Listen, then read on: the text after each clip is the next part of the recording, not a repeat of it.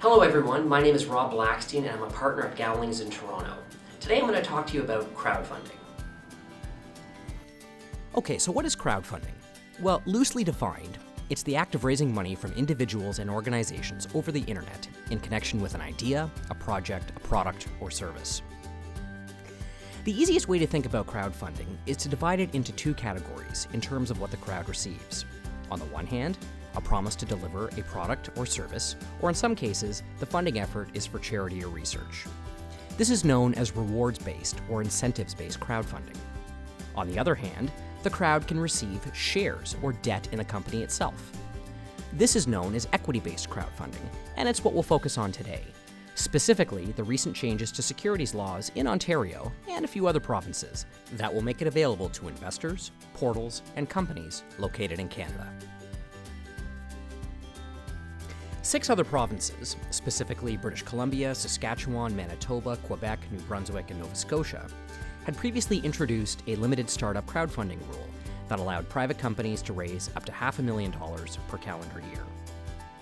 Ontario's new rule, which will also be available in Quebec, Manitoba, New Brunswick, and Nova Scotia, will allow private and public companies in those provinces to raise up to $1.5 million in any 12-month period from investors, and will exist alongside the startup crowdfunding rule that's currently in effect in those jurisdictions. Okay, so why is this a game changer? Well, up until this rule, startup, small and medium-sized businesses in Ontario that wanted to raise capital from investors could only do so by either going public or relying on a very narrow set of exemptions, which essentially restricted those who could invest. Think of angel investors. Now, anyone can participate as an investor in an equity crowdfunding campaign, subject to certain limits and conditions. So what do you need to know? Well, first, just because the practice is allowed over the internet does not mean it's the Wild West.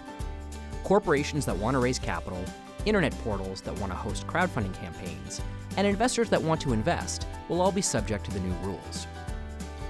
Let's start with corporations, known under the rules as issuers.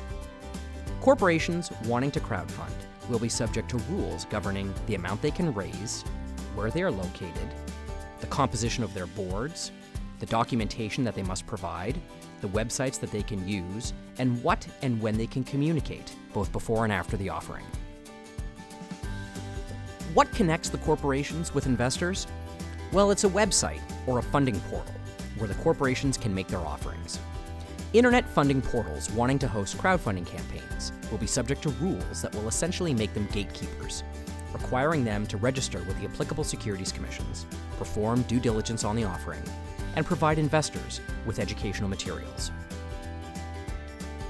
Finally, investors wanting to participate in crowdfunding campaigns will be subject to rules regulating the amount they can invest in any one campaign, and in any calendar year if they're located in Ontario, as well as the documentation that they must complete, which includes an acknowledgement of the risks to investing.